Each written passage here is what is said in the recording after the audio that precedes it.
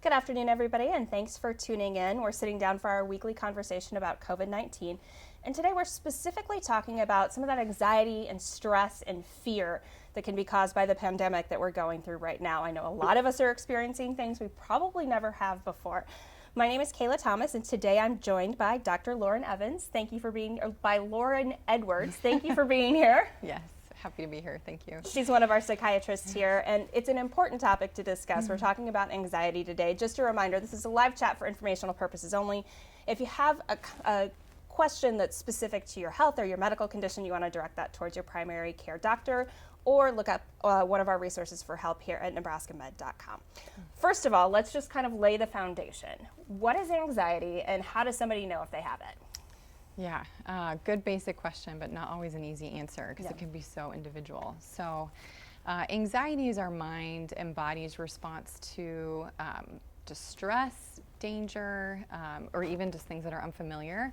And it can manifest in a lot of different ways. So it can manifest with physical symptoms like racing thoughts, worried thoughts, trouble sleeping. There can also be lots of physical manifestations, so feeling your heart race, as I tap my microphone, so chest tightness, upset stomach, and like some unpleasant GI stuff, or just muscle tension, all sorts of different things. And it's important to know that some of these things can be really normal when feeling anxiety, but it can also get to the point where it can be completely debilitating. So there's a whole spectrum of ways that it can manifest. Can anxiety be a positive thing? Yes, so it is. It's actually an essential thing. And that's something that, as an anxiety disorder specialist, I sort of paradoxically find myself telling people day in and day out is that you need to have a little bit of anxiety. So, even though it's treated most of the time as something that's bad and something to get rid of, and understandably because it doesn't feel good, it's something that we need individually and as a species to survive. So, and right now is a really good example of why that's the case. Sure. So, we're facing not only a global pandemic, but a lot of economic uncertainty. Sure. So we don't really know what tomorrow is going to hold, not just for ourselves, but as a society. People are facing, job loss, financial stress, and or just uncertainty with what to do with their families, or what it's going to mean when they go to the grocery store. So things are just really uncertain right now, and that anxiety can help you to tune into that threat and take appropriate steps to prepare for it. So anxiety is a signal that we need to pay attention to because it can help to keep you and your family safe. So really honing in on what is triggering that anxiety can actually help to keep you safer, because then you can take steps to keep yourself safe. So if you're anxious about going to the store, you're more likely to wear a mask, more likely to remember your hand hygiene, Absolutely. things like that. I think now we've seen since the beginning of May more things opening up. Some people maybe going back to work for the first time. And for a lot of people, they want to get out and do some things, but they're fairly anxious about it. What advice do you have for somebody who really feels pretty terrified about getting back out there? Yeah, well, first of all, I would say you're not alone. I think it's hard. Our state's opening up again, and we need to be getting back out there in some ways. Yeah. But at the same time, cases are rising here in Nebraska. So again, that anxiety I think is really well founded and can actually do you a service in some ways to make sure that you're attending to that threat and keeping yourself safe. But that being said, finding ways to manage it is essential. So for the most important thing that you need to do is just make sure that you have good resources to stay informed. So having a good local source of information. So for example, like the Nebraska Department of Health and Human Services has updated case information for each county. And also updated guidance about how to keep yourself safe. So knowing that you have a place to go where you can rely upon the information and not get too caught up in like the 24-hour news cycle and all of some of the scary and sometimes contradictory information that's out there can really help you. And then from there, think about what you can do to respond to it in order to alleviate that anxiety. So if it's about going back to work and you don't feel like you can safely go back to work, you should be an advocate for yourself and talk to your employer about that. Especially if you have some pre-existing conditions and maybe your situation's a little bit different than your coworker who works in the office next to you or in the cubicle next to you. So you might need to to navigate some of those things individually. If you're uncertain about how to keep yourself safe, actually calling and talking to your doctor might be really helpful. But then if everyone is giving you the green light that it's okay to get out there and you're doing what you can, you're washing your hands, wearing your mask, following all the public health recommendations, then just know a little bit of anxiety is really normal right now and just accept that.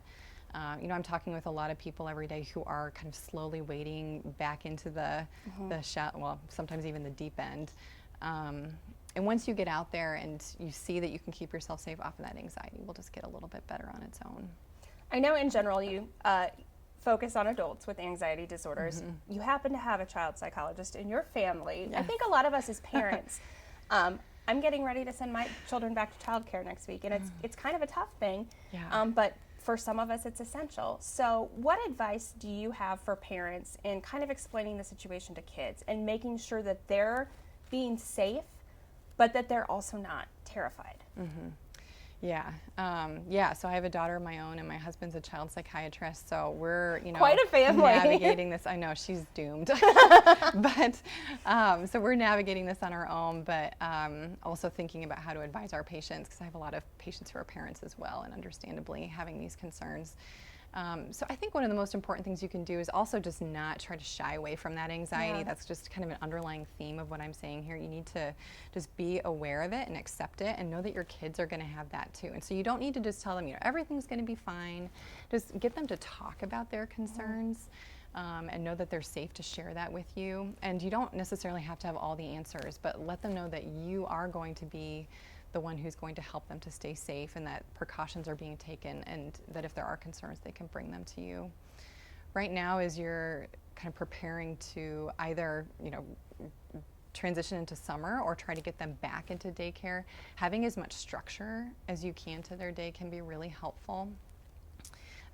So like if, with your kids going back to daycare, if you have them set up on a schedule somewhat similarly to what it will be next week when they go back, that can really help the transition. I've still got time to do that this week, right? Yes, even just a few days, anything can make a difference. But also just be there and spending quality time, just knowing that they have you. Like, you are such a key figure for them to feel safe in this world. So you're more powerful than you realize. I like that. I feel a little empowered. Yeah. I think right now there may be people out there who are coping with things like anxiety and depression who've maybe never experienced these things before. Is that normal? Yeah. I hate to say it, but we're going to see, they're calling it almost the second pandemic. I've heard some people say will be the mental health sequela from everything that's happening. So, this pandemic and this time that we've been going through has some, one key ingredient that is just very common in triggering anxiety and depression, and that's uncertainty. So when we don't really know what to expect, our brain just sort of naturally scans the environment for threats, and everything can start to seem dangerous. So even just going outside can feel a little bit anxiety provoking. And so a lot of people are feeling this in ways that they haven't before, and some people are more sensitive to it than others. But also with what's going on, economically, so people, losing your jobs, feeling like your finances are threatened, is, going to be a big trigger for people feeling things that they haven't before. And that's why it's really important to know that there are resources out there to get help. So if you're feeling this for the first time, getting help sooner rather than later can also help you to recover sooner rather than later. So that's an excellent point. When we had posted yesterday that we were going to have this conversation today, somebody made a point, and I think it's in a scenario that some of us may have found ourselves in or have heard of other loved ones being in. And that's when you're out, you're doing the right thing, you're social distancing or you're wearing your mask, and maybe someone else isn't. Maybe they're in your space, or they're going down the grocery store aisle the wrong way, which it's hard, I've done it. But kind of getting up the nerve or having the anxiety with speaking up. What advice do you have for somebody kind of taking on that kind of situation? Yeah, I think right now we're all trying to navigate this as best as we can. And so we need to keep that in mind, that even if we feel like someone is doing something that we think is wrong, they're still trying to do the best that they can. So one of the first things I would say is be kind. We all need to be kind to ourselves, and we need to be kind to each other.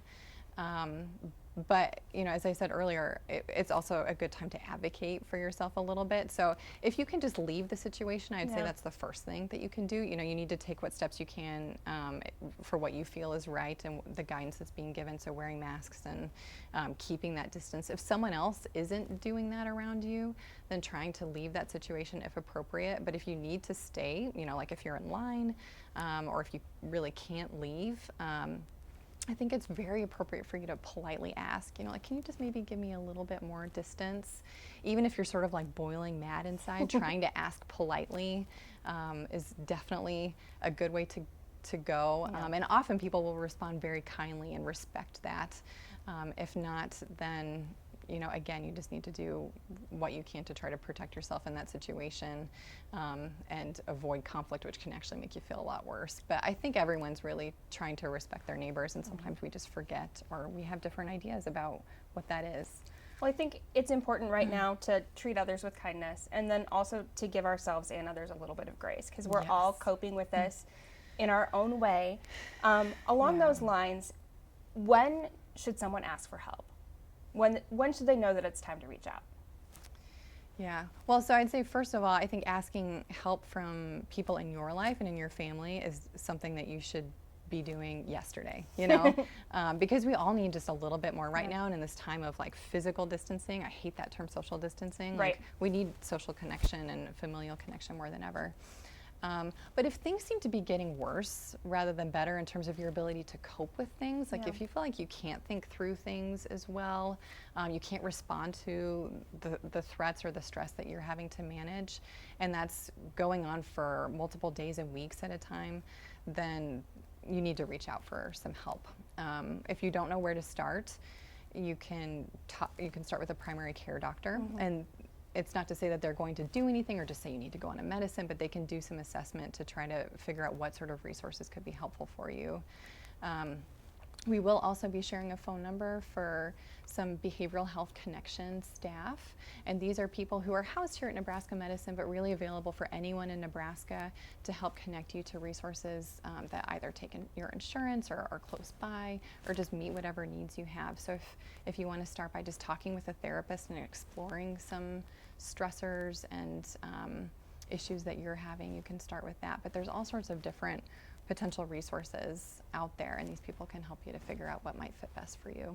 And also wanted to point out, of course, this is a live discussion. If you do have comments or questions, you can post those down below. If we don't get to those during the live discussion, we'll go back in later. I'll get some input from Dr. Edwards, and we'll get those answered for you. I have been enjoying some of your comments, a lot of thank yous, and someone who posted, the struggle is real. So we get that. Yeah.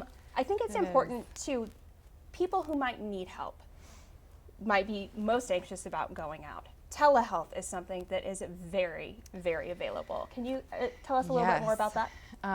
Well, I take no credit for this, and I've just been absolutely floored by some of the leadership that I've seen out there in converting a lot of the visits to telehealth, not just in mental health, but in other, in primary care and for other specialties and for therapists as well. So our clinic here at Nebraska Medicine and Psychiatry is actually seeing more people. I think this was for the month of April than we were before the pandemic started. So telehealth, and we're doing it all telehealth. Our clinic is closed to in-person visits. So telehealth is allowing extraordinary access to care that actually for some people maybe weren't even able to get that before. So you can see people in the comfort of your own home. You do need to have an internet connection or a smartphone, but there are also some providers, including our clinic, that will do just telephone visits if that's what we have to do. So I haven't had any patients who haven't been able to connect with their therapists who were able to otherwise. So everyone, for the most part, and of course not universally, but most people have been able to find a way to convert to telehealth in order to keep people safe from exposure and allow people to get help that they need. I want to divert briefly. May is Mental Health Awareness Month, and I think probably that's appropriate because many of us have never been as aware of our mental health as we are right now. Yeah. There's been a lot of talk the last couple of years about really breaking that stigma and having the conversations about it. Do you think that that's something that's getting better, and what can people do to help break that stigma? Yeah, I think overall, since I've started working in mental health, I've seen it get better and better. I think it kind of comes and goes in waves.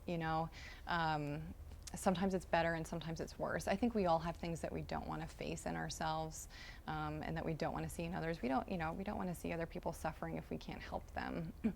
And so I think this is a really great opportunity for people who are maybe having trouble talking about what they're feeling, to get that help, because you can do it from your home. You don't have to leave. You don't have to drive to the hospital parking lot in order to go into a clinic and get help.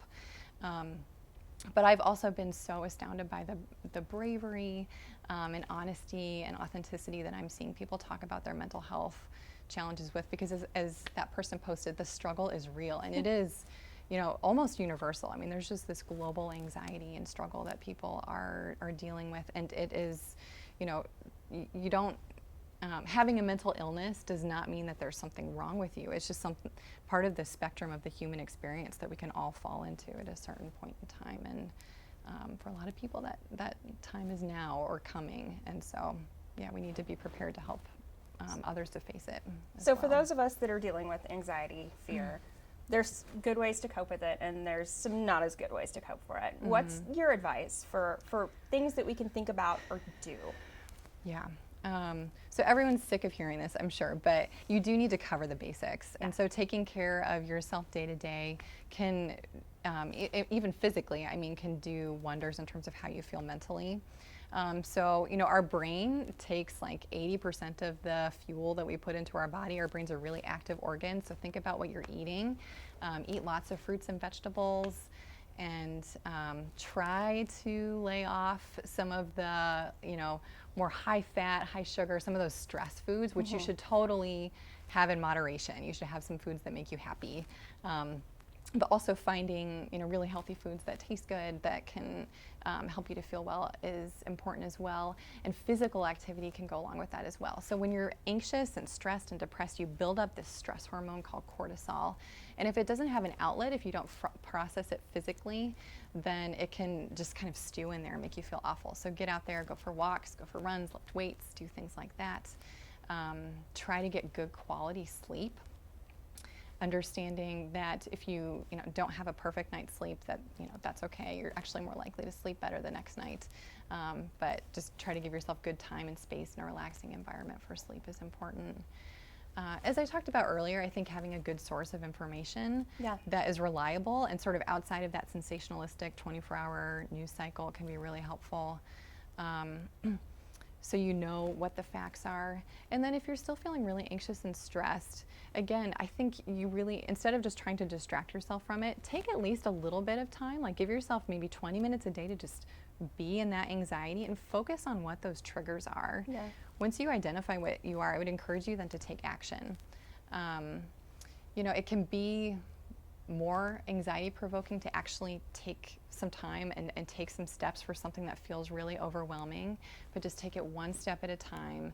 And if you do so, you start to find some solutions or do everything that you can, not only will you be in a better position to actually be safer or kind of solve that problem, but your anxiety will also get better. But then in the end, if you do, even the most prepared person will still have anxiety. So if you do still have some, just accept it. And then I'd say don't let yourself be baited by some of those catastrophic thoughts. So don't go down the what if, disastrous thinking, train of thought. Just accept that you're going to have a little bit of anxiety and try to focus on what you can control or what helps you to feel better. And gratitude as well. Just kind of finding opportunities to be thankful and to smile. Yeah, absolutely. Finding positive things in your life, ways for connection, ways to take care of yourself and others. Finding that space day to day can be really, really life-giving.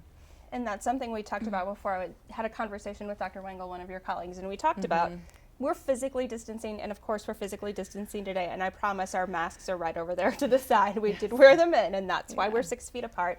But taking the time to make those social connections too, because social distancing really is more physical distancing. And I think that we're finding ways to make connections and learning basically ways to connect with people that we never did before. So when it's opened up Yeah. avenues as far as telehealth, want to mention one more time that behavioral health connection line.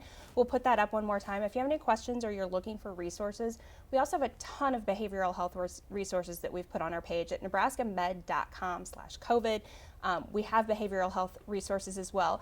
And your husband, the other Dr. Edwards, wrote a great article for helping with kids as well. So any last bits of advice for us as we go out there and deal with that oh so real struggle? Yeah, I don't know if I have much else to add. I guess I would just want to reiterate my underlying theme to say, like, anxiety is normal. It's just a signal that you need to take extra care of yourself. Do things to keep yourself safe, but then also just accept that, you know, this is kind of the age that we're living in, and we're all in this together. So let people help. Let us help if we can. Awesome. Thank you so much for your time today. Thanks Yeah, for all thank of you. you who have posted nice comments below too. Lots of thank yous and appreciative comments as well. So Oh yeah, thank you. Dr. Edwards, thanks to you. Again, nebraskamed.com/COVID if you're looking for more resources or more opportunities. We thank you for tuning in, and we'll see you next week.